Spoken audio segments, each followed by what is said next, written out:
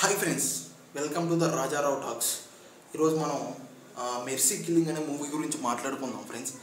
Mercy killing అనే movie ఏంటంటే, ఒక స్వేచ్ఛ అనే ఒక అమ్మాయి తన ఫ్యామిలీ చిన్నప్పుడు తనని వదిలేస్తే తన సొసైటీలో ఫేస్ చేసిన ప్రాబ్లమ్స్ ఏంటి, తన వల్ల కాదు తనకి సొసైటీ వల్ల వచ్చిన ప్రాబ్లమ్స్ ఏంటి, సొసైటీలో ఏం జరుగుతుంది, తను ఫ్యామిలీ లేకపోవడం వల్ల ఎన్ని ప్రాబ్లమ్స్ ఫేస్ చేసింది, జనాలతో ఏంటి అనేది ఈ సినిమా మొత్తం నడుస్తూ ఉంటుంది.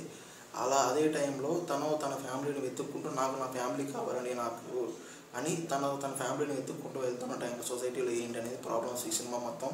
ఇంకా మహేష్, భారతి అనే పర్సన్స్ దగ్గరికి వెళ్ళడం వల్ల వాళ్ళు చేపలు పట్టుకుంటూ పాలిటీషియన్స్ వల్ల వాళ్ళు ఫేస్ చేసిన ప్రాబ్లమ్స్, అదే టైంలో ఈ అమ్మాయి అక్కడికి వెళ్ళడం, వాళ్ళు కలవడం, ఏంటి సిచ్యువేషన్స్, ఎలాంటి ప్రాబ్లమ్స్ ఏంటి అనేది సినిమా మొత్తం కంటెంట్ నడుస్తూ ఉంటుంది. ఆల్రెడీ ఈ మహేష్, భారతి అనే పర్సన్స్ లవ్లో ఉండి వాళ్ళ రొమాన్స్, వాళ్ళ ఎంజాయ్మెంట్లో వాళ్ళు ఉంటారు, వాళ్ళ ప్రాబ్లమ్స్ కూడా ఉంటారు.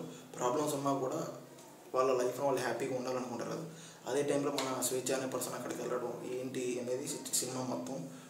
ఈ స్వేచ్ఛ కోసం మన హీరో చేసిన ఎలా చేశాడు, ఎలా హ్యాండిల్ చేశాడు ప్రాబ్లమ్స్ని అని చెప్పి ఈ సినిమా మొత్తం నడుస్తూ ఉంటుంది.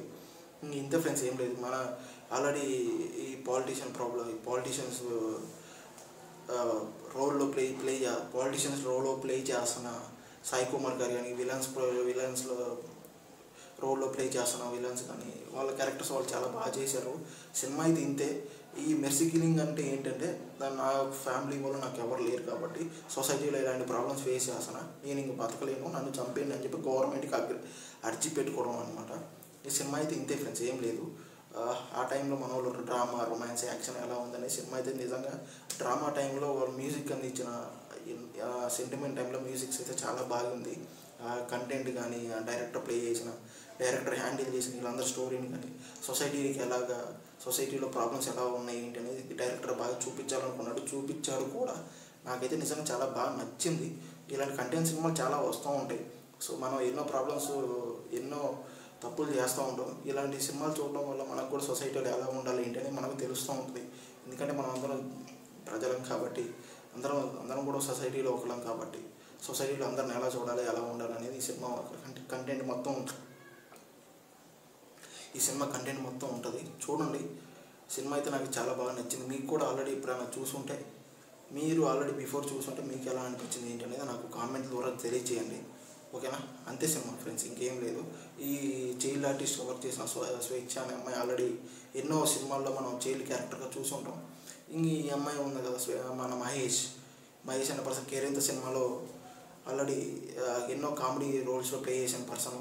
ఇప్పుడు సినిమా యాక్షన్గా ఒక లవర్ బాయ్గా ఎలా వర్క్ చేశాడు ఏంటి అనేది ఈ సినిమా బాగా చూపించాడు. తన క్యారెక్టర్ తనకున్న స్పేస్లో తను బాగా చేశాడని చెప్పొచ్చు. ఈ ఐశ్వర్య అనే పర్సన్ మనం ఎన్నో టీవీ ప్రోగ్రామ్స్లో, షోస్లో చూస్తుంటాం. తను గ్లామర్తో తను ఎంతో అలరిస్తూ ఉంటుంది. ఈ సినిమాలో కూడా అలానే బాగా చేసింది అనేది చెప్పొచ్చు. తనకు మంచి క్యారెక్టర్ ఉన్న సినిమా పడింది ఈసారి.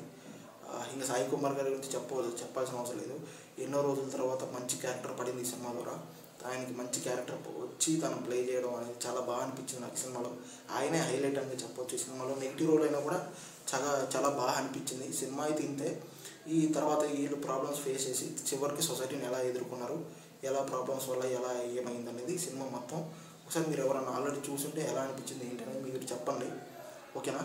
ఇంతే ఫ్రెండ్స్. ఓకేనా? ఇది మన కొత్త ఛానల్ తెలుసు కదా, ఒక లైక్, షేర్, సబ్స్క్రైబ్తో సపోర్ట్ చేసేయండి. ఓకేనా? Thank you, bye.